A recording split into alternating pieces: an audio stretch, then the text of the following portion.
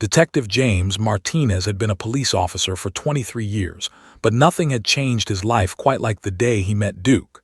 It was a crisp morning in March, 8 years ago, when he first walked into the K-9 training facility on the outskirts of the city. The facility was sprawling, with multiple training grounds, kennels, and an impressive obstacle course. Martinez had just been promoted to the detective division and was being assigned his first K-9 partner. He was nervous, not because he didn't know dogs, but because he understood the gravity of the responsibility. A police dog wasn't just a companion, it was a weapon, a detective, a protector, and ultimately, a best friend who might save your life on any given day. The trainer, a weathered man named Coach Sullivan with 30 years of experience, led Martinez through the kennels. Dogs barked excitedly, hopping to be selected. Some were aggressive, their instincts sharp and focused. Others were playful, their energy boundless. But when they reached the third kennel, Martinez stopped. There, lying calmly on his bed, was a German Shepherd like no other he'd ever seen. The dog's coat was a rich tan and black, his ears perfectly pointed, and his eyes were extraordinary. They seemed to contain intelligence, wisdom, and an almost human understanding of the world. The dog's name was Duke, and he was just 18 months old. "This one's special," Sullivan said, a knowing smile crossing his weathered face. "He came from a working line in Germany. His parents were both police dogs in Berlin. The genetics are exceptional, but it's more than that. This one has instinct, real instinct, the kind you can't teach." Martinez knelt down, and Duke stood, approaching the fence with measured, deliberate steps. The dog sniffed Martinez's hand, then looked directly into his eyes. In that moment, something passed between them, an unspoken understanding, a recognition. Martinez felt it in his chest. This was his dog. The first 6 months of working together were intense. Martinez attended handler training while Duke completed his advanced certification. They learned each other's rhythms, each other's signals. Duke had already been trained in basic detection and apprehension, but Martinez needed to understand how the dog communicated, how he signaled, what his various barks and body movements meant. Police dogs, Martinez learned, are incredibly sophisticated. They don't just obey commands, they interpret situations, make decisions, and demonstrate remarkable judgment. Duke seemed to possess all of these qualities in abundance. Within a year of their partnership, Duke had his first major arrest. A suspect had fled into an abandoned warehouse downtown, and the police had cornered him on the building's 3rd floor. The suspect was armed and dangerous, refusing to surrender. Law enforcement couldn't get a clear shot without risking civilian lives, but Duke could. Martinez unleashed the dog, and Duke bolted up the stairs with incredible speed and precision. The suspect fired a shot, a miss, but Duke didn't hesitate. The dog leaped, disarmed the suspect with perfect technique, and held him pinned until officers arrived. The suspect was arrested without further incident. Duke had proven himself worthy. From that moment on, the legend of Duke grew within the police department. Over the next 8 years, the dog had been instrumental in over 100 arrests. He'd sniffed out hidden weapons, detected narcotics with flawless accuracy, and tracked fleeing suspects across miles of difficult terrain. His success rate was nearly perfect. 98% of his alerts resulted in actual contraband or suspects. In the K-9 unit, 90% was considered exceptional. Duke was an anomaly, a once-in-a-generation dog. But beyond his professional accomplishments, Duke had become something far more important to Martinez. He was family. Every morning, Martinez would wake Duke up with a gentle scratch behind the ears. They'd have breakfast together, Martinez with his coffee and eggs, Duke with his premium kibble. They'd spend their shifts together, often riding in their police cruiser for 12 hours straight.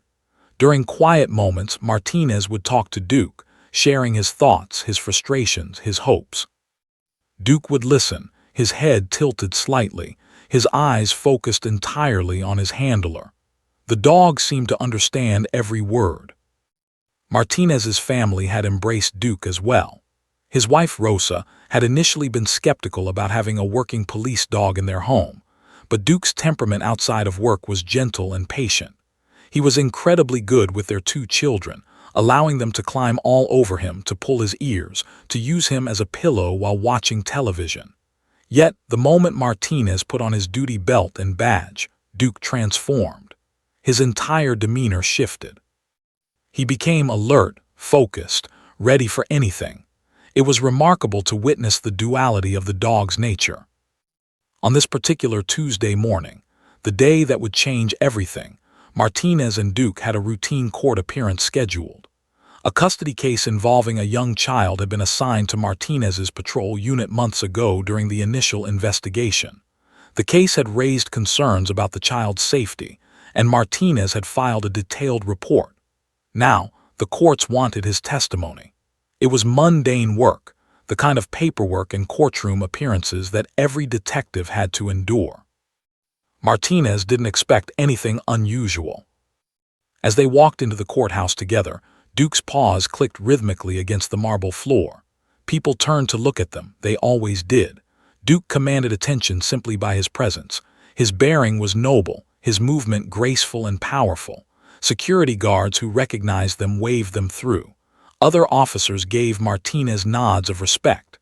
In the police community, being partnered with Duke meant something. It meant you were trusted with one of the department's most valuable assets. The courtroom itself was impressive in an intimidating way.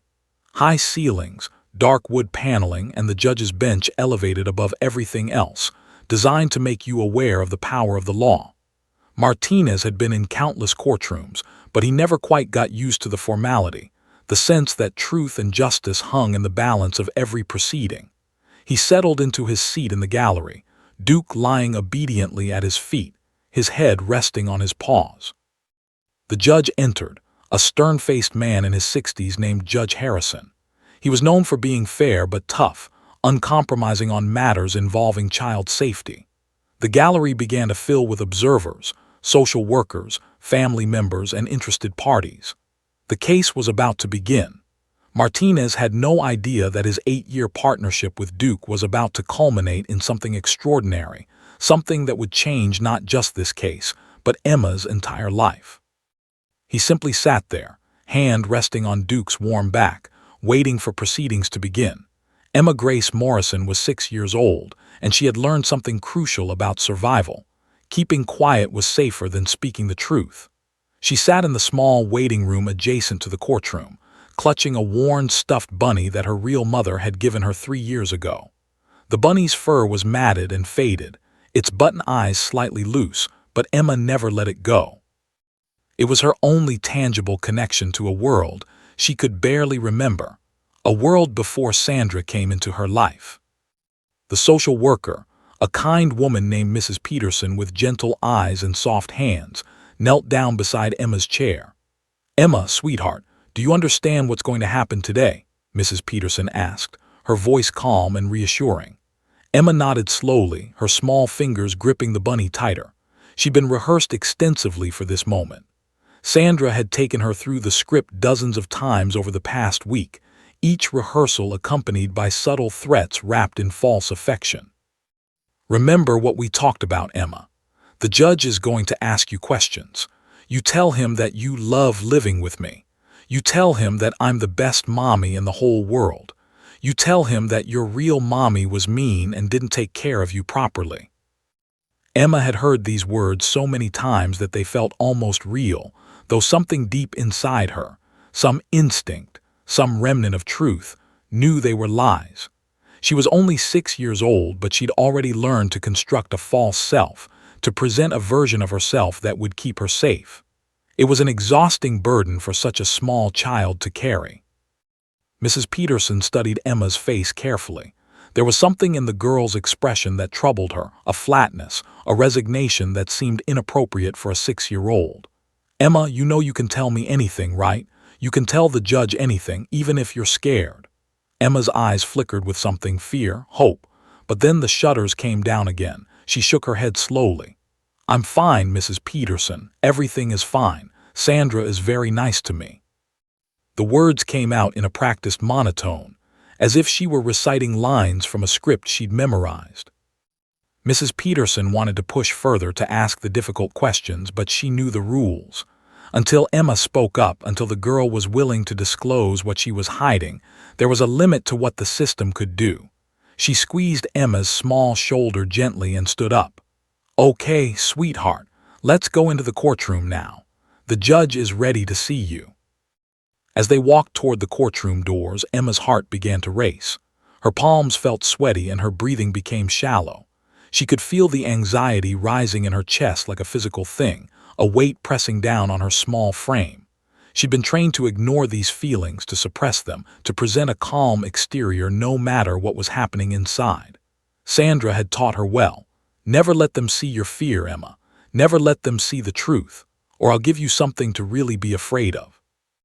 The courtroom doors opened and Emma stepped inside. The space seemed enormous to her with its high ceilings and imposing furniture. Everything was designed for adults, and she felt small and insignificant, dwarfed by the surroundings. The judge sat elevated behind his bench, looking down at her with an expression she couldn't quite read. Was he kind? Was he dangerous? She couldn't tell. Judge Harrison smiled at Emma, trying to make her feel comfortable.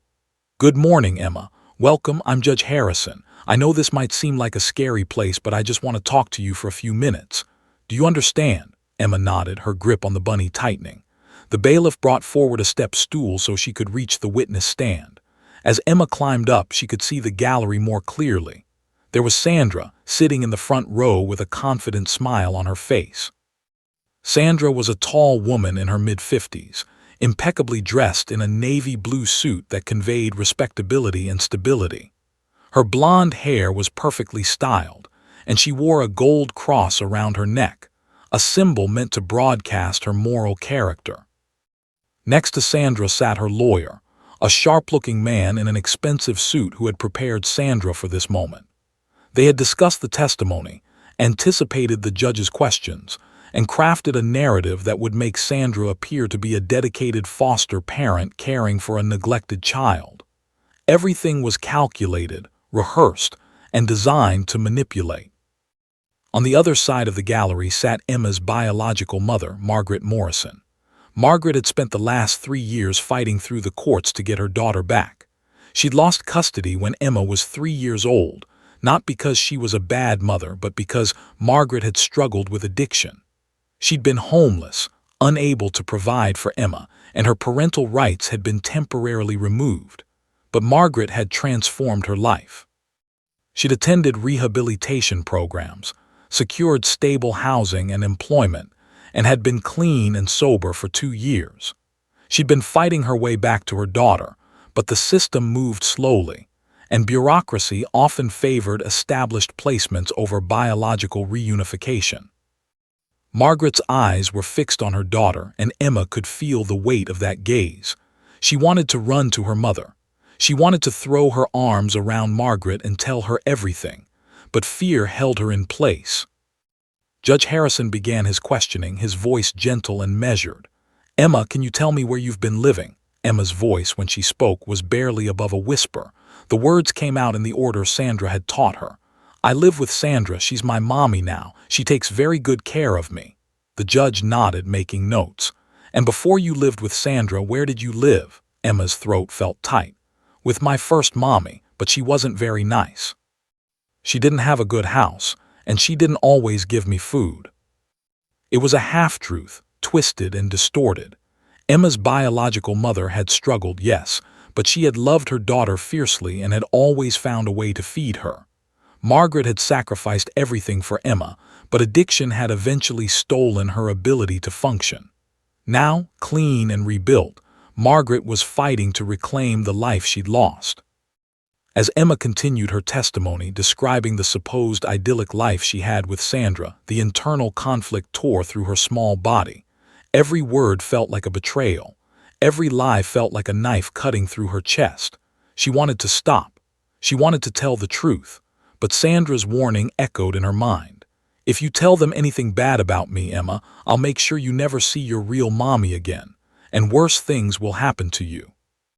Emma's small hands trembled in her lap. Her heart pounded so hard she thought everyone in the courtroom must be able to hear it. She was experiencing cognitive dissonance, being forced to say one thing while knowing another thing was true. Her body was flooded with stress hormones, cortisol, adrenaline, fear chemicals. She was a small child being forced to commit perjury, to lie under oath, to betray her own truth. The psychological strain was immense and obvious to anyone who knew what to look for. But no one in the courtroom seemed to notice her distress, except for one. In the back of the courtroom, Detective Martinez's partner, Duke, suddenly began to shift. The dog's sensitive nose detected the cascade of stress hormones emanating from the small girl on the witness stand. His years of training had taught him to recognize danger, to sense when something was wrong. And something was definitely wrong with this little girl. Detective James Martinez had learned over his 23 years in law enforcement that intuition was often the difference between solving a case and missing critical evidence. He developed an almost supernatural ability to read situations, to sense when something didn't add up. But he'd never experienced intuition quite like what Duke possessed. The dog's senses operated on a completely different level, perceiving the world through channels that human consciousness couldn't access. As Emma continued her testimony, Duke's entire physiology began to change. Martinez felt it first through the leash, a subtle tensing, a shift in the dog's weight distribution. Duke, who had been lying peacefully on his side, his breathing slow and steady, suddenly raised his head. His ears, which had been relaxed and folded slightly back in his calm state, suddenly stood straight up, pointing with laser-like precision directly at Emma's small form on the witness stand. Martinez glanced down, immediately noticing the change in his partner. In 8 years of working together, he'd seen Duke react to many situations: the presence of drugs, weapons, dangerous individuals, threats to his handler's safety. But this was different. This wasn't the alert pattern Martinez was familiar with. There was something else happening here, something more complex and emotionally charged. Duke's nose began to quiver repeatedly, almost imperceptibly, but Martinez knew the signs. The dog was actively scenting, pulling air molecules into his nasal passages and analyzing them with incredible sophistication. Dogs possess approximately 300 million olfactory receptors, compared to humans' measly 6 million. But more importantly, dogs can detect compounds that humans cannot perceive at all, particularly the chemical signatures of human emotions. When humans experience fear, stress, or intense anxiety, their bodies release a cocktail of hormones and pheromones. Adrenaline floods the system. Cortisol levels spike. Sweat glands release subtle chemical markers. To a trained police dog, a frightened human doesn't just look scared, they smell distinctly different. And Duke was smelling something remarkable emanating from the small blonde girl on the witness stand. Martinez's frown deepened. He squeezed Duke's collar gently, a subtle signal that the dog should remain calm and composed. In a courtroom, creating a disturbance was the last thing he needed. But Duke didn't respond to the squeeze. Instead, the dog's body became even more rigid, his muscles coiling beneath his skin like springs under tension. His breathing, which had been slow and measured, became rapid and shallow. His dark eyes remained locked on Emma with unwavering intensity, as if the dog could see straight through her practiced words and into the turbulent emotional landscape beneath the surface. Judge Harrison continued his questioning, unaware of the dramatic shift happening in the back of the courtroom. "Emma, tell me about your daily routine with Sandra. What does a typical day look like for you?" Emma's voice remained steady. Sandra had drilled her extensively on maintaining composure, but to Duke, the steadiness was a lie wrapped in human language. The dog detected the trembling in her voice that was imperceptible to the judge, the forced calmness that overlay a churning interior panic. Martinez became increasingly aware that something was genuinely wrong. Duke had been trained to alert on specific substances and behaviors, but this was different. The dog seemed to be responding to something internal, something emotional. Martinez had never seen Duke behave this way before. The dog's entire focus was consumed by Emma, as if the child represented some kind of urgent threat or crisis that demanded his attention. A bead of sweat formed on Martinez's brow. He was beginning to understand that Duke wasn't just reacting randomly. The dog's training, combined with his extraordinary natural instincts, had tuned him to perceive something that was invisible to human observers. But what? What was Duke sensing that was so significant, so alarming, that it had broken through the dog's courtroom composure? Emma continued describing her life with Sandra, the nice house, the good food, the loving care. But every word felt like a betrayal of her own internal truth. Her small body was experiencing what psychologists call acute stress response. She was being forced to commit perjury, to betray her own reality, to construct a false narrative while her actual truth remained imprisoned inside her. The cognitive and emotional strain was creating a physiological response that Duke's sensitive system could detect with perfect clarity. The dog's tail, which normally hung relaxed, began to twitch slightly. His whiskers twitched, his ears rotated, adjusting angles to better capture every sound Emma made. Duke's entire being had become hyper-focused on the girl, as if she were the only important thing in the universe. Martinez could feel the intensity radiating from his partner, a palpable energy that seemed to vibrate through the leash connecting them. Around the courtroom, a few observers began to notice the unusual behavior of the police dog. A court officer glanced back, noting the dog's rigid posture and intense focus. Margaret Morrison, Emma's biological mother, noticed as well. Her maternal instincts picked up on the dog's reaction, and she felt a flutter of hope in her chest. What did the dog sense? Was it possible that something, recognized that something was wrong with this testimony? Sandra remained oblivious, still confident in her position, still believing that her carefully constructed narrative would hold. She smiled at Emma encouragingly, unaware that a four-legged observer in the back of the courtroom had already penetrated her deception. Martinez's mind was racing. He ran through every scenario, every possibility. Could there be drugs in the courtroom? No, that didn't make sense. Duke had been inside courts before without reacting. Could there be a weapon? Unlikely, given the security protocols. Could there be an unknown person with a threat? He didn't perceive that either. But something was definitely triggering Duke's alert response, and Martinez knew from experience that when Duke reacted this way, he was always right. The dog's breathing became even more rapid. His paws began to scratch slightly at the floor, a subtle sign of agitation and stress. Duke wanted to act. Every instinct in his body was screaming at him to do something, to move, to alert his handler, to make the people around him understand that there was a crisis unfolding. But his training held him in place, barely restraining him. Martinez leaned down slightly, whispering urgently to Duke, "What is it, buddy? What do you sense?" The dog's eyes flickered toward Martinez for just a moment, then immediately returned to Emma. The intensity in that brief glance told Martinez everything he needed to know. Duke had detected something critically important, and he was struggling with every fiber of his being to remain composed and follow protocol. Judge Harrison was now asking Emma more detailed questions about her living situation, probing gently for any inconsistencies. But Emma's answers remained consistent, because she'd memorized them perfectly. Yet underneath the words, beneath the surface, something was deteriorating.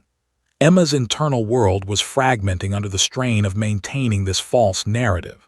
Her body was essentially in survival mode, flooded with stress chemicals, experiencing what amounted to internal torture. And Duke, the remarkable dog with his extraordinary gifts, was witnessing this internal struggle with perfect clarity.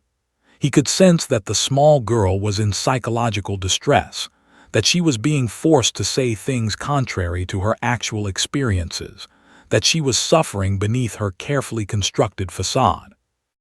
Martinez's hand trembled slightly as he gripped Duke's collar. He'd never experienced anything quite like this moment. Something extraordinary was building, something was about to happen, and Duke was the only one in the courtroom who could truly sense its magnitude. Martinez had no idea what Duke was about to do, but he knew it would be significant. The dog's muscles coiled tighter. His breathing became even more rapid. His entire body was vibrating with barely contained intensity. And then, As Emma finished answering another of the judge's questions, as she prepared to weave another strand into her web of lies, Duke reached his breaking point. The courtroom had settled into a rhythm. Judge Harrison's voice droned on with measured questions. The court stenographer's fingers clicked across her machine, recording every word of testimony. The gallery sat in relative quiet, most observers seemingly convinced that they were witnessing a routine custody proceeding with a foregone conclusion. Everything appeared normal, everything seemed procedural and predictable. But beneath the surface, forces were building toward an inevitable explosion. Duke's entire body had become a coiled spring, every muscle fiber tense to the breaking point. His heart rate had elevated to nearly double its resting speed. His breathing came in rapid, shallow bursts. His eyes never wavered from Emma, maintaining an unwavering laser-focused intensity that seemed almost supernatural in its concentration. The dog's jaw clenched and unclenched repeatedly, as if he was fighting against something, struggling against an internal battle between training and instinct. Martinez continued to hold Duke's collar, but he could feel the dog's muscles trembling beneath his hand. It was as if Duke's entire being was vibrating at a frequency that was barely perceptible to human senses. Martinez's own anxiety was beginning to spike in response to his partner's distress. In 8 years of partnership, Martinez had learned to trust Duke's instincts implicitly. When Duke reacted, something was genuinely wrong. And right now, something was profoundly wrong. Emma was answering another question about her schooling, maintaining her practiced narrative about the excellent school Sandra had enrolled her in, about the wonderful teachers and the fun she had with friends. Every word was a carefully constructed lie, another brick in the wall of deception that Sandra had built around the girl. Emma's small voice continued, steady and measured, but internally she was fracturing. The stress of maintaining this false persona, of lying under oath, of betraying her own truth while her real mother sat helplessly in the gallery, was reaching a critical threshold.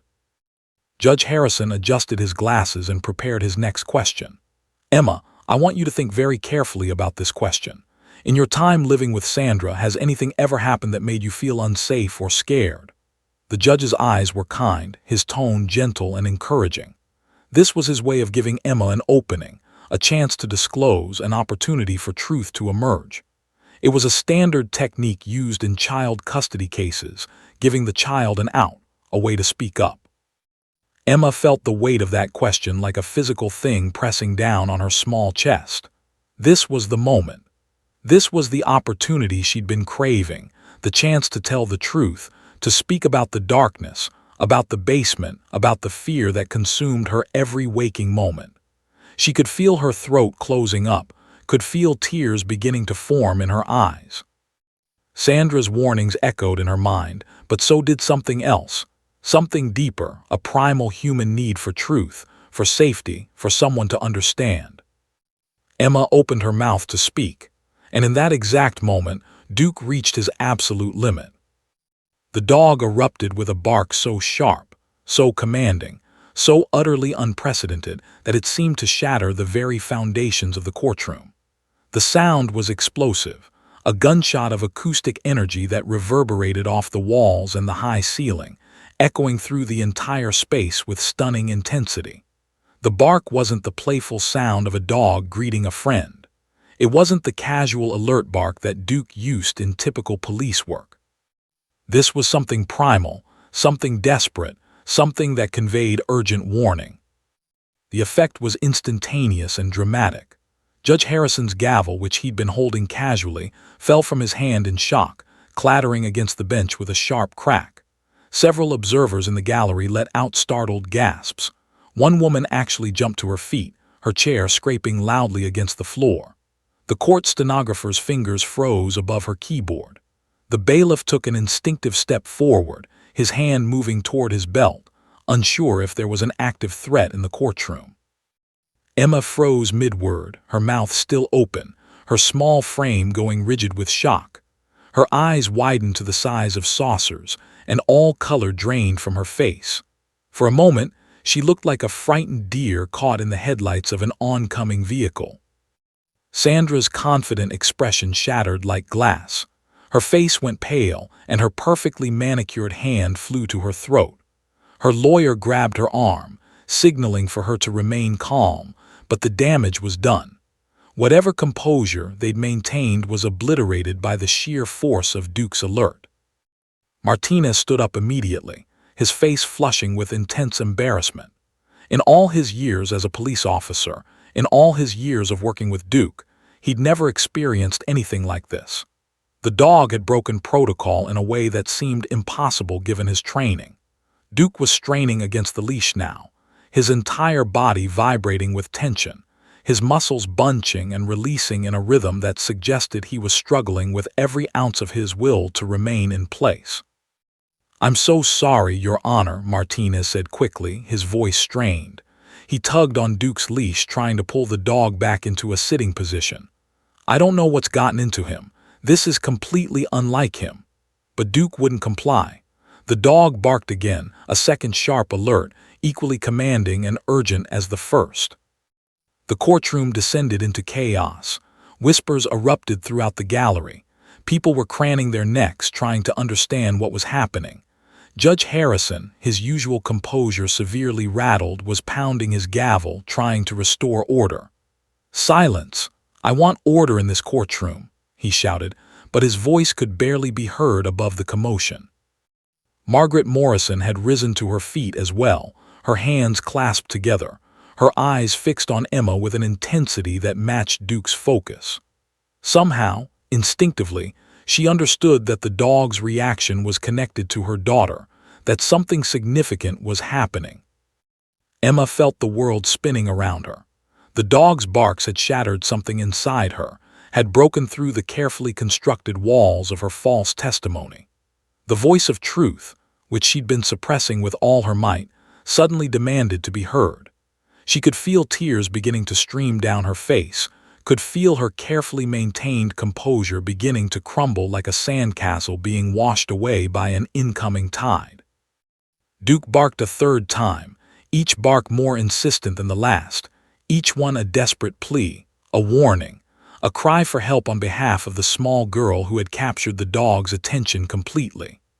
The dog's behavior was so unusual, so contrary to his normal deportment, that everyone in the courtroom sensed something extraordinary was occurring. Martinez was deeply confused and profoundly embarrassed. He was trying to maintain control of his partner, but Duke was operating on a level beyond normal training, responding to something that transcended the usual parameters of police work. The dog's eyes never left Emma, his focus never wavered, his intensity never diminished. Judge Harrison was about to order the dog removed from the courtroom when something even more dramatic happened. Emma, unable to bear the weight of her lies any longer, unable to withstand the internal pressure that had been building for months, suddenly broke completely. Her small body convulsed with sobs.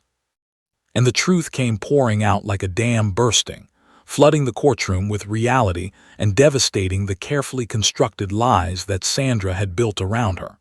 Emma Grace Morrison's carefully constructed facade shattered completely, fragmented into 1,000 pieces that could never be reassembled. The moment Duke's final bark echoed through the courtroom, something fundamental broke inside the 6-year-old girl.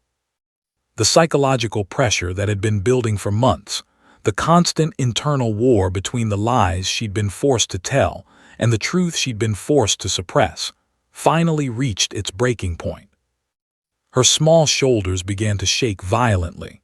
Her face, which had maintained such studied composure throughout the testimony, crumpled like discarded paper. Her bottom lip trembled uncontrollably. And then, from deep within her small chest, came a sound that filled the entire courtroom, a child's anguished cry, raw and primal and utterly heartbreaking. Emma burst into tears so intense, so profound, that several observers in the gallery immediately began crying as well. This wasn't the quiet crying of a sad child. This was the explosive emotional release of a small human who had been holding in unbearable pain for far too long. Her entire body convulsed with the force of her sobs. She bent forward in the witness stand, her arms wrapped around herself, as if trying to hold the pieces of herself together. Judge Harrison, his stern expression transforming into one of deep concern, immediately stood up. "Emma, sweetheart, what's wrong? Can you tell us what's happening?" His voice was gentle, filled with the professional compassion that came from decades of working with vulnerable individuals in crisis situations. Emma's voice, when it finally came out, was barely recognizable. It was high-pitched, fractured, interrupted constantly by gasping sobs and sharp intakes of breath. "I was lying," she cried, the words tumbling out in a desperate rush. "I was lying. Sandra told me to lie. She said if I told the truth, she would hurt me more." The confession came pouring out like a dam breaking, all the pent-up truth that had been locked away suddenly demanding release. The courtroom fell into stunned silence. The bailiff, who had begun moving toward Duke, stopped in his tracks. Judge Harrison's hand froze in midair. Even Duke, his extraordinary mission accomplished, seemed to settle slightly, though his intense focus on Emma never wavered. Margaret Morrison covered her mouth with both hands, tears streaming down her face. She'd been fighting so hard to get her daughter back, and now, hearing Emma's confession, she felt the weight of months of doubt and fear lifting. Her instincts as a mother had been right. Something was profoundly wrong with Emma's placement. Emma continued her testimony, but now it was the real testimony, the truth that had been imprisoned inside her for so long. "She locks me in the basement at night," Emma sobbed, her small voice breaking between sobs. "It's dark and it's cold and I'm scared. She says bad things to me. She tells me my mommy doesn't love me anymore. She tells me nobody wants me. She says if I'm bad, she'll make sure I never see my real mommy again." Detective Martinez felt tears beginning to form in his own eyes. He'd been a police officer for over 2 decades and had investigated countless crimes, but hearing a 6-year-old child describe her abuse with such raw honesty never got easier. The weight of human cruelty, of adults victimizing innocent children, never ceased to impact him profoundly. Emma's words continued, each one a revelation of the darkness that had been hidden behind Sandra's carefully maintained facade. "There are bruises under my clothes," Emma said, lifting her arm slightly and rolling up her sleeve. Even from a distance, observers in the courtroom could see the faint purple marks on her small arm, finger marks, evidence of rough handling. "She grabs me hard when she's angry. She says I'm stupid. She says I'm bad. She says nobody would ever want me because I'm broken." The psychological abuse was evident in every word. Sandra had systematically worked to isolate Emma from her biological mother, to convince the child that she was unwanted and unlovable, to create dependency and fear. It was textbook emotional abuse combined with physical violence, a deliberate campaign of psychological destruction targeting a vulnerable child. Sandra's face had gone white. Her confidence had completely evaporated, replaced by panic and realization that her carefully constructed deception was collapsing in real time. Her lawyer was frantically whispering to her, but Sandra seemed unable to process what was happening. She shook her head slowly, as if denying the reality unfolding before her eyes. Judge Harrison had pressed a button on his bench, and within seconds additional court officers appeared. Without needing explicit instruction, they moved toward Sandra. The judge's voice, when he spoke, was cold and authoritative. "Ms. Sandra Harrison, you are to remain in this courtroom. Officers, please ensure she does not leave." Sandra's face crumpled as the reality of her situation became undeniable. Emma's confession continued to pour out. She talked about the nights locked in the basement, the days when she was allowed only minimal food as punishment, the threats, the psychological manipulation. She described how Sandra had rehearsed the testimony with her, drilling her on what to say, threatening consequences if she deviated from the script. "She said the judge was mean," Emma explained through her tears, "and that if I didn't tell him what she wanted, he would take me away and put me somewhere even worse." Mrs. Peterson, the social worker, was now standing, her expression one of deep regret. She had suspected something was wrong, had noticed the flatness in Emma's affect, but she hadn't pushed hard enough. This case would haunt her, would drive her to be more aggressive in pursuing child protection in future situations. The court stenographer had resumed typing, documenting every word of Emma's real testimony, creating a legal record that would become evidence in the criminal prosecution that was now inevitable. Judge Harrison was taking detailed notes, his expression growing darker with each revelation. Emma talked about the promises Sandra had made and broken. She described the isolation from other children, the constant surveillance, the emotional manipulation. She explained how Sandra had shown her photographs of rundown shelters, telling her that's where she would end up if she told anyone the truth. Sandra had strategically terrified Emma with images of worse possibilities, making her current situation seem like the lesser evil. The psychological sophistication of Sandra's abuse was remarkable in its calculated nature. She hadn't just been cruel, she'd been deliberately, systematically cruel in ways designed to maximize control and minimize Emma's ability to seek help. Sandra had essentially held Emma prisoner through fear and psychological manipulation. Margaret Morrison moved toward her daughter, but Judge Harrison raised his hand, stopping her. "Mrs. Morrison, please remain in your seat for now. Mrs. Peterson, can you arrange for Emma to be examined immediately by our medical team?" The judge's voice was clinical but filled with determination. Every piece of evidence needed to be documented, every injury photographed, every detail preserved for the legal proceedings that would follow. Emma's confession was now complete. She had spoken her truth, had broken free from the bonds of fear that Sandra had constructed around her. The relief on her small face was palpable, even through the tears that continued to stream down her cheeks. She'd been terrified to speak, convinced that horrible consequences would follow, but instead she'd experienced something profound: the power of truth, the liberation of speaking what was real. Duke, still focused intently on Emma, seemed to sense the shift. The dog's tail, which had been rigid, began to move slightly, not a full wag, but an acknowledgement, a recognition that his mission had been accomplished. The dog had seen what no one else could see. The dog had detected the invisible wounds of abuse and fear. The dog had given voice to a child who'd been silenced by terror. And in doing so, Duke had changed everything. As Emma's confession continued to unravel, as each new revelation added another layer of understanding to the horror she had endured, Detective James Martinez experienced a moment of crystalline clarity. His eyes moved from Emma's tear-stained face to Duke's unwavering focus, and suddenly, everything made perfect sense.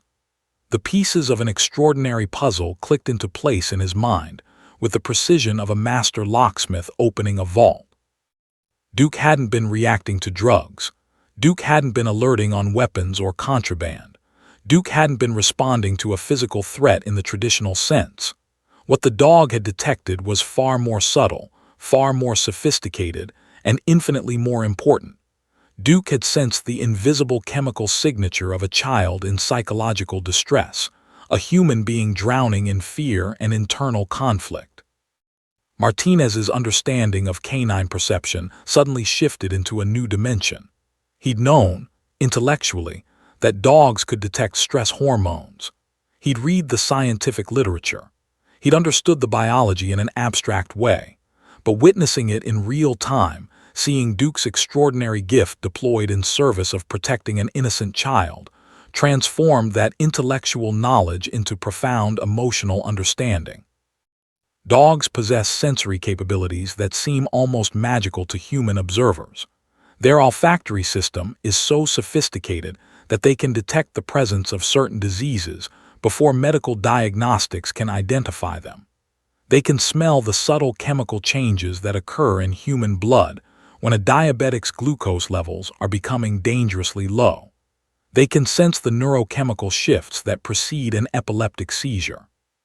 But perhaps most remarkably, they can detect the complex biochemistry of human emotion with astonishing accuracy.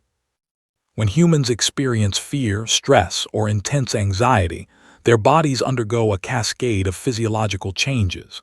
The amygdala, the brain's emotional processing center, sends signals throughout the nervous system.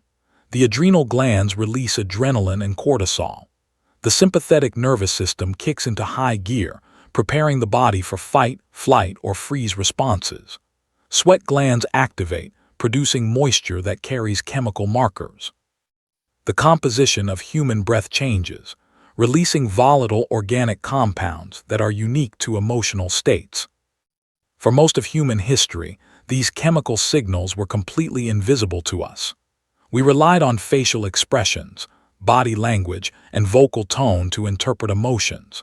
But dogs, with their approximately 300 million olfactory receptors, compared to humans' measly 6 million, can perceive this entire invisible landscape of chemical emotion with perfect clarity. Emma, for the entire duration of her false testimony, had been bathed in the scent profile of fear, anxiety, and internal conflict. Her body had been producing the neurochemical equivalent of a screaming alarm, a desperate SOS signal broadcast to anyone with the sensory equipment to detect it. And Duke, a dog specifically trained to detect threats and alert his handler, had been equipped with exactly that sensory equipment. But Duke's training had gone beyond simple drug and weapons detection. Police dogs are trained in what's called behavioral detection.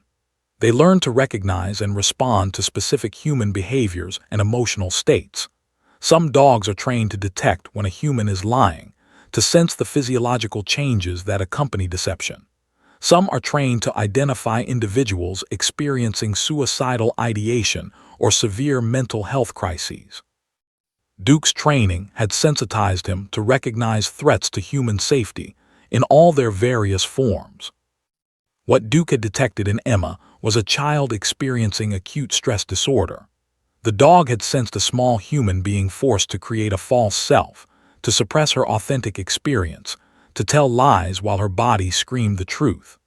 The psychological pressure of that internal contradiction, of being forced to say one thing while knowing another thing was true, created a distinctive neurochemical signature that was unmistakable to Duke's sophisticated perceptual system. Judge Harrison, sitting elevated at his bench, was beginning to understand the extraordinary nature of what had occurred. He'd been a judge for over 30 years and had presided over countless custody cases. He'd heard children testify many times before, but he'd never witnessed a police dog break protocol in response to a child's emotional distress.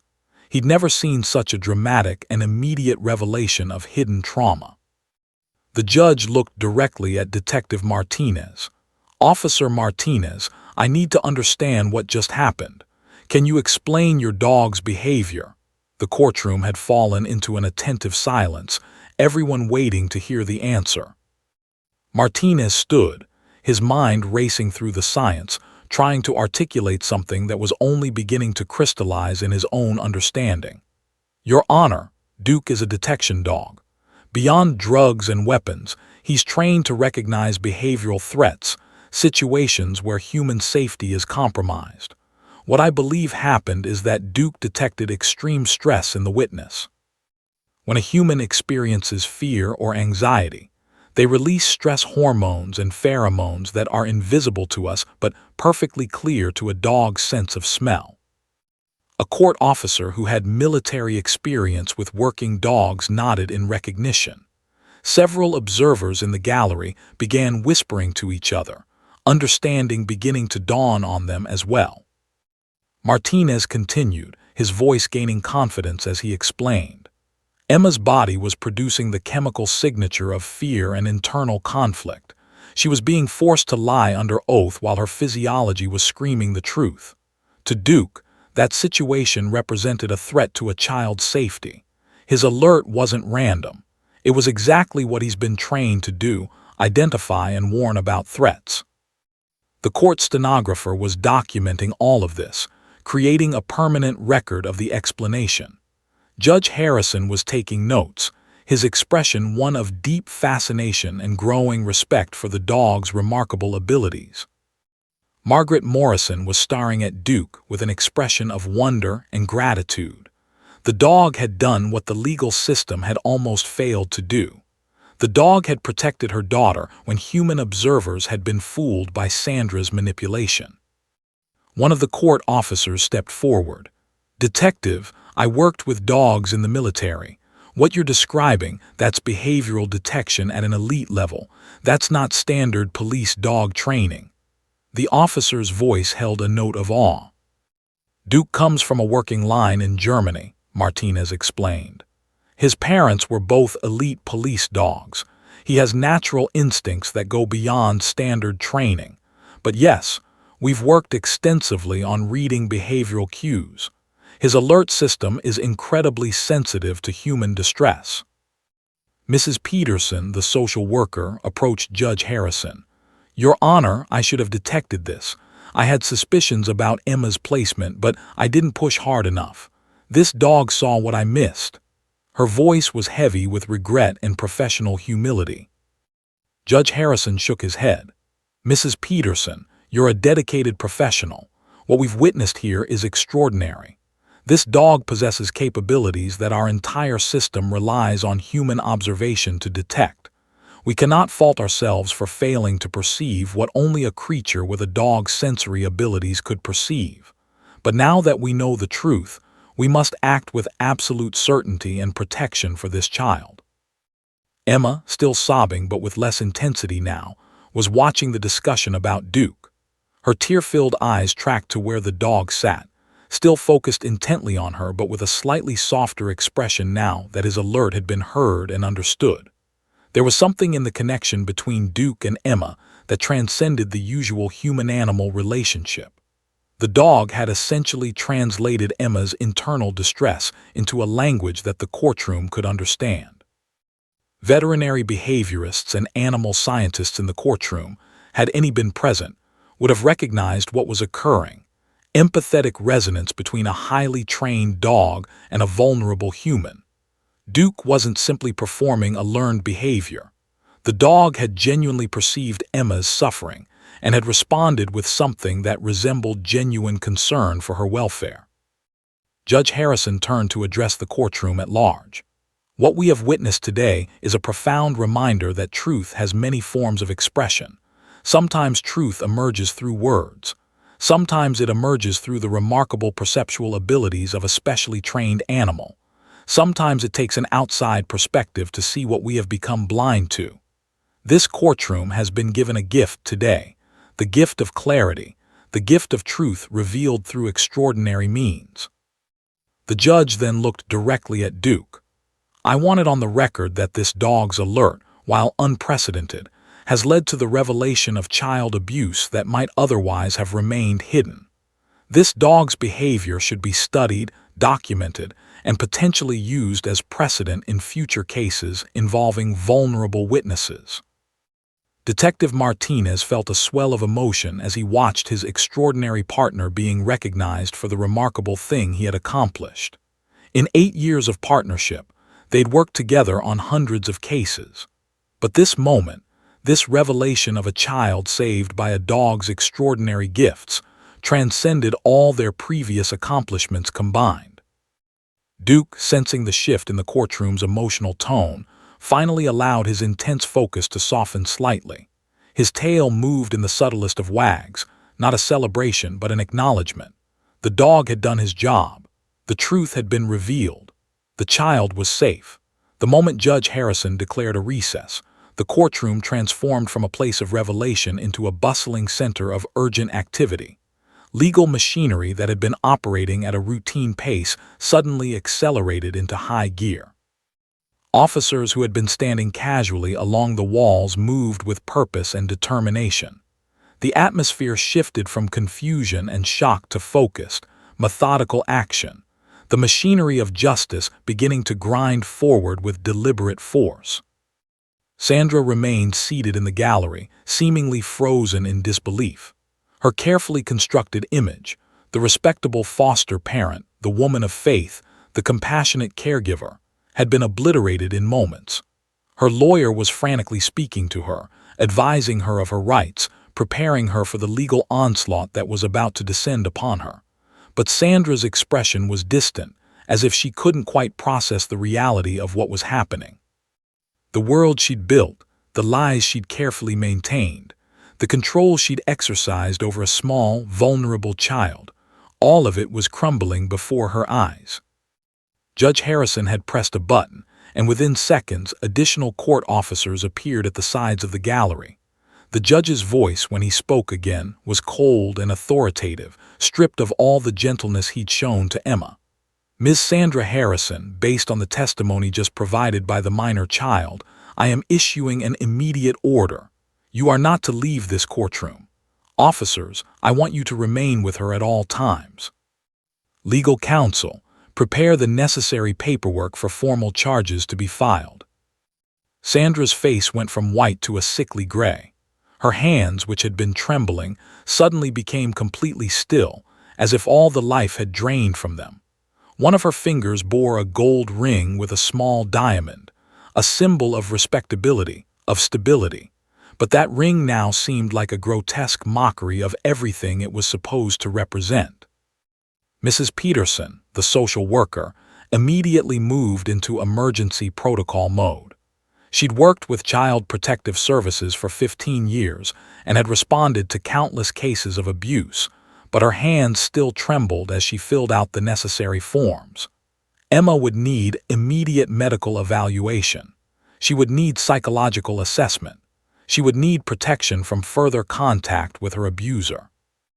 Emma was gently escorted from the courtroom by Mrs. Peterson and a victim advocate, a trained professional whose role was to support traumatized children through the legal process.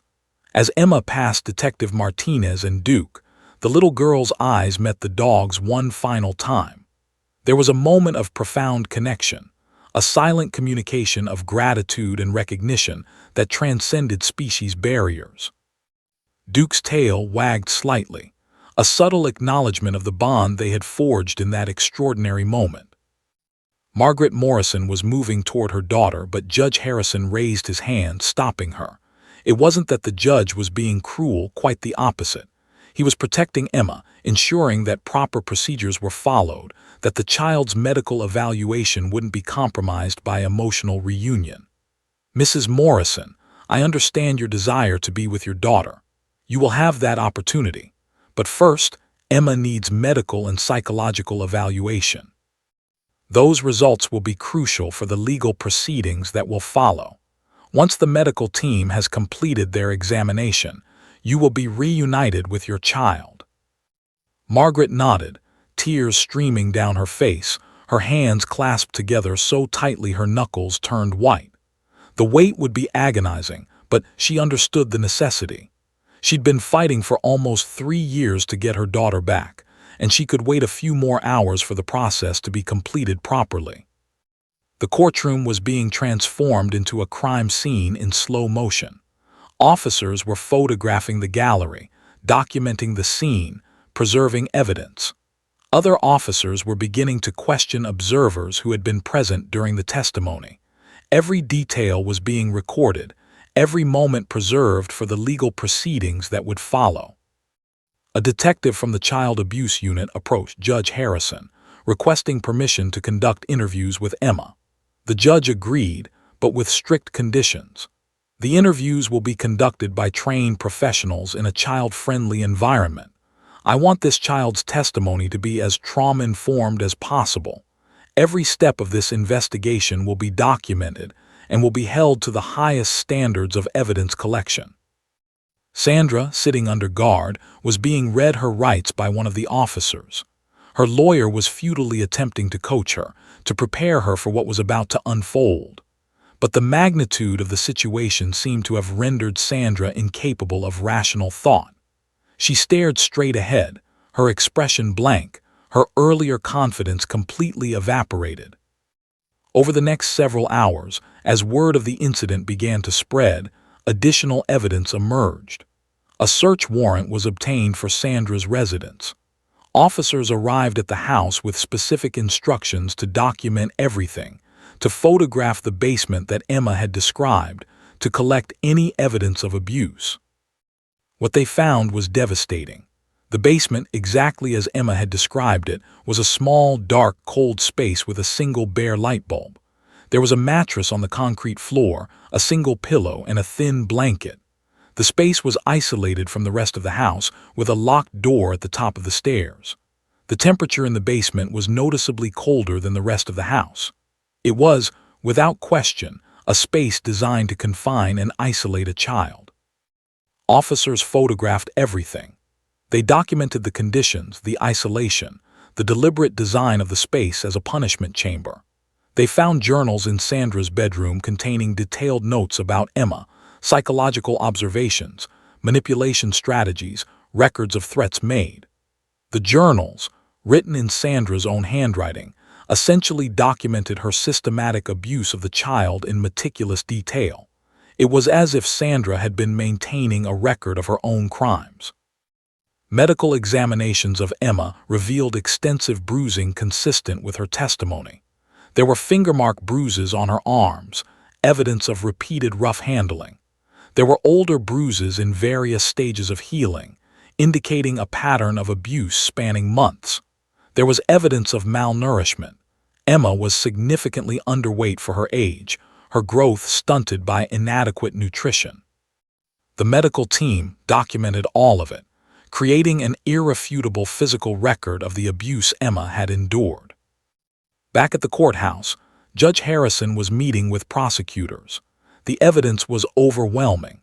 Sandra would be facing charges of child endangerment, child abuse, witness tampering, perjury, and potentially more serious charges depending on how the investigation progressed. The prosecutor's office was already preparing to move forward with aggressive prosecution. Detective Martinez found himself being approached by various court personnel and officers throughout the afternoon. Everyone wanted to discuss Duke, to understand the dog's remarkable actions, to express gratitude for what the dog had accomplished. The police chief called personally to congratulate Martinez on the extraordinary work he and his partner had done. But Martinez understood, with profound clarity, that Duke deserved the credit. The dog had seen what no human observer could see. The dog had detected the invisible wounds of psychological trauma. The dog had given voice to a child who had been silenced by fear. As the day wore on, and as the legal machinery continued its relentless forward motion, Judge Harrison returned to his chambers. He sat alone at his desk, reflecting on the extraordinary nature of what had occurred. In his 30 years on the bench, he had never witnessed anything quite like it. He had heard countless testimonies, had observed countless cases of human deception, but he had never seen truth revealed through such an unexpected and remarkable mechanism. The judge made a decision. He would issue a formal commendation for Detective Martinez and Duke. He would recommend that the case be studied and documented as a precedent for future proceedings. He would push for policy changes that might allow for trained behavioral detection dogs to be present during testimony in cases involving potentially vulnerable or traumatized witnesses. By evening, Sandra had been formally arrested and was being held without bail pending her initial court appearance. The prosecutor's office was preparing charges that would likely result in significant prison time.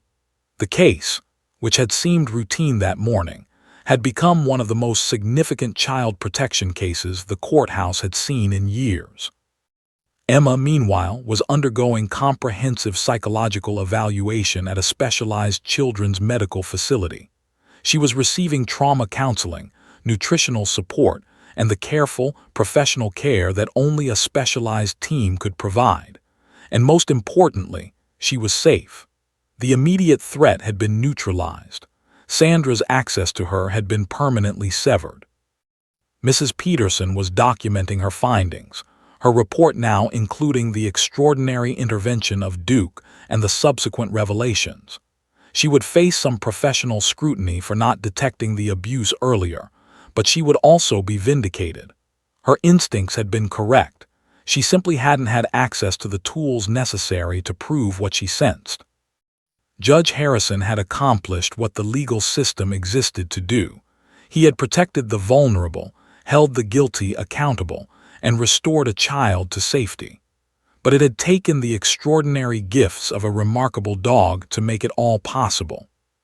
3 weeks had passed since the extraordinary courtroom testimony that had changed everything. 3 weeks of medical evaluations, psychological assessments, legal proceedings, and the slow, careful process of helping a traumatized child begin to heal. Emma Grace Morrison sat in the passenger seat of her mother's car, her small hand clutching the worn stuffed bunny that had been her only companion during the darkest period of her life. She wore a new dress, soft pink with white flowers, purchased by her mother to mark this special day. But more importantly, she wore something invisible but profoundly present: hope. Margaret Morrison had been granted emergency custody of her daughter, pending the completion of the legal proceedings against Sandra. The courts had been swift and decisive. The evidence was overwhelming, the abuse indisputable. Sandra's carefully constructed facade had been completely dismantled, revealed as nothing more than an elaborate performance designed to manipulate a vulnerable child and deceive the legal system. She was currently facing multiple felony charges and would likely spend years in prison for her crimes. The relationship between Emma and her mother had been cautious at first. 3 years was a long time for a young child, and Emma had been systematically conditioned to distrust her biological mother. But Margaret had demonstrated infinite patience, infinite love, and infinite commitment to her daughter's healing. She attended every therapy session. She worked with the child psychologist to understand the trauma Emma had endured. She created a safe, nurturing environment designed specifically to help her daughter begin to recover. The progress had been remarkable. Emma was eating better, her nutrition improving daily. She was sleeping through the night again, the nightmares gradually becoming less frequent. She was beginning to smile, genuine smiles that reached her eyes, not the forced, practiced smiles she'd maintained in Sandra's house. She was rediscovering what it meant to be a child, to play, to laugh, to trust. And today was a very special day. Today, Emma would return to the police station, not as a victim being questioned or examined, but as a girl visiting a friend who had saved her life. Margaret had reached out to Detective Martinez weeks earlier, requesting a personal meeting between Emma and Duke. The detective had agreed immediately, understanding the profound importance of closure, of allowing Emma to express gratitude to the dog who had seen her suffering and had given voice to her pain.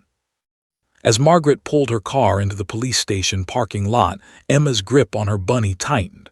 Her eyes were wide, but this time with anticipation rather than fear. "Is Duke here, Mommy?" she asked, her small voice trembling slightly. "Will he remember me?"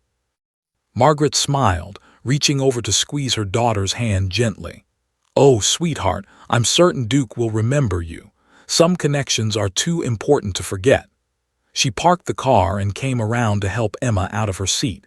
Hand in hand, mother and daughter walked toward the entrance of the police station. Detective Martinez was waiting for them just inside the door.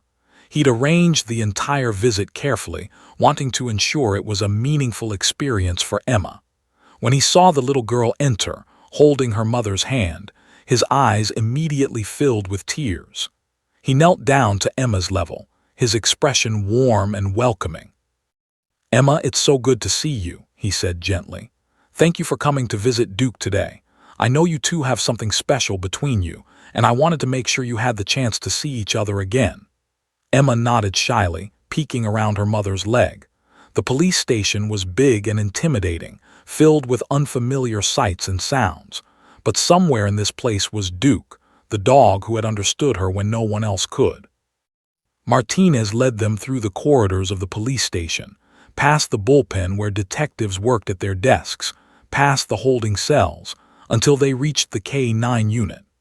The space was designed specifically for the working dogs, comfortable kennels, training equipment, and a spacious area for the dogs to exercise and rest. Duke was resting on his bed when they approached, but the moment he caught Emma's scent, his entire body came alive. The dog stood immediately, his ears perking up, his tail beginning to wag with genuine enthusiasm. When he saw Emma, the recognition in his eyes was unmistakable. This was the child whose distress he had detected, whose suffering he had exposed, whose life he had helped to save. Emma's shyness evaporated instantly. She released her mother's hand and approached the dog slowly, carefully, as if moving through water. Duke remained still, allowing Emma to approach him at her own pace. When she was close enough, Emma reached out tentatively and touched Duke's head. The dog immediately shifted, pressing his large head into her small hands, his tail wagging with increasing intensity. "Hi, Duke," Emma whispered, her voice barely audible. "Thank you for helping me. Thank you for saving me." Duke's response was to lick her face gently, a gesture that might have seemed insignificant to an outside observer, but that carried profound meaning in that moment. Emma wrapped her arms around Duke's neck, burying her face in his fur, and began to cry. But these were tears of gratitude and relief, not tears of fear and pain. Margaret Morrison stood beside Detective Martinez, both adults witnessing something extraordinary: the healing power of connection between a traumatized child and the remarkable being who had recognized her suffering. Neither adult spoke, neither wanted to interrupt this sacred moment. They simply watched, understanding that something profound was occurring. Emma and Duke spent the next hour together. The dog was gentle and patient, allowing Emma to pet him, to hug him, to simply be in his presence. Detective Martinez brought Emma a special toy to give to Duke, a durable rope toy that would remind the dog of the girl who had changed his life as much as he had changed hers. "Emma," Martinez said carefully, "I want you to know something very important. Duke's job is to protect people, but what Duke did for you was even more special. Duke saw that you were hurting inside, even though you were trying to hide it. Duke helped the grown-ups understand that you needed help. That's the most important thing a dog can do." Emma looked up at Martinez, her eyes serious beyond her years. Will Duke get in trouble for barking in the courtroom? The question revealed the lingering anxiety that remained in the child, her concern that the dog who had helped her might somehow be punished for it. "No, sweetheart," Martinez assured her. "Duke will never get in trouble for helping you. In fact, Duke is being given special recognition for what he did. He's a hero, just like you're a hero for telling the truth." Emma smiled, a real, genuine smile that transformed her entire face. She was beginning to understand that speaking the truth, even when it was difficult and frightening, could lead to positive outcomes. She was learning that brave people, whether human or dog, sometimes had to do hard things to protect others. Over the following weeks and months, Emma's recovery continued. She attended school, made friends, began to experience the normal joys of childhood that had been stolen from her. Her mother worked tirelessly to support her healing, to help her process the trauma, to rebuild her sense of safety and trust in the world. The case against Sandra progressed through the court system. The prosecutor presented overwhelming evidence. Sandra's own journals documenting her abuse became key evidence.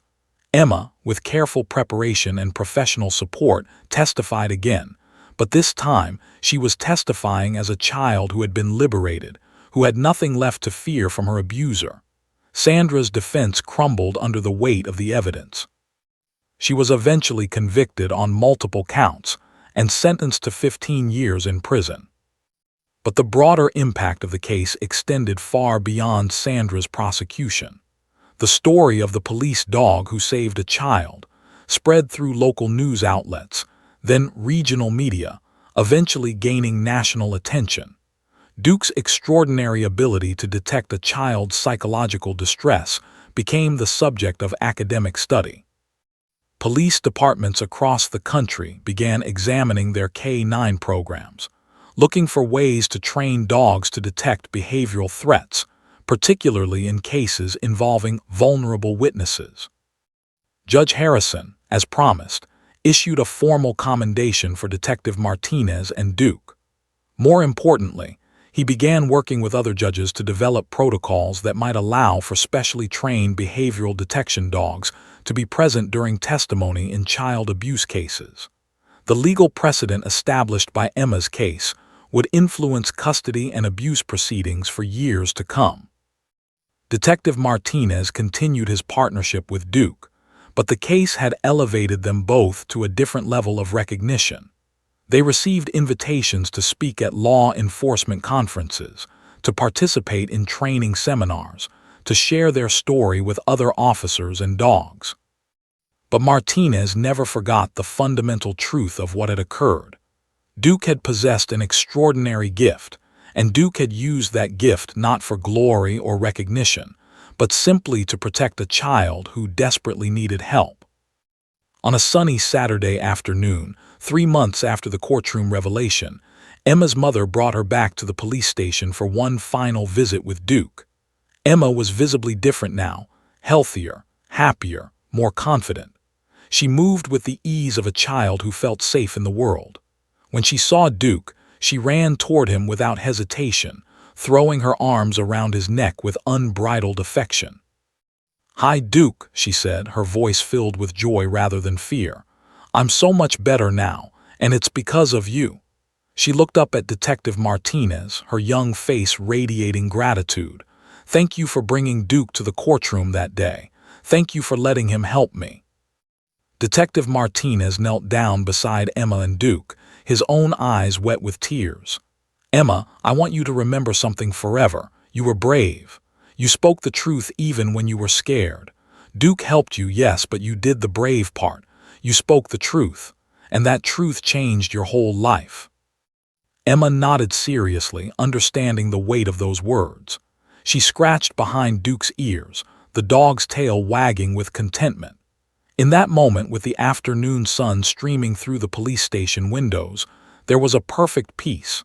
The peace that comes from knowing that good had triumphed over evil, that truth had prevailed over deception, that a child had been saved.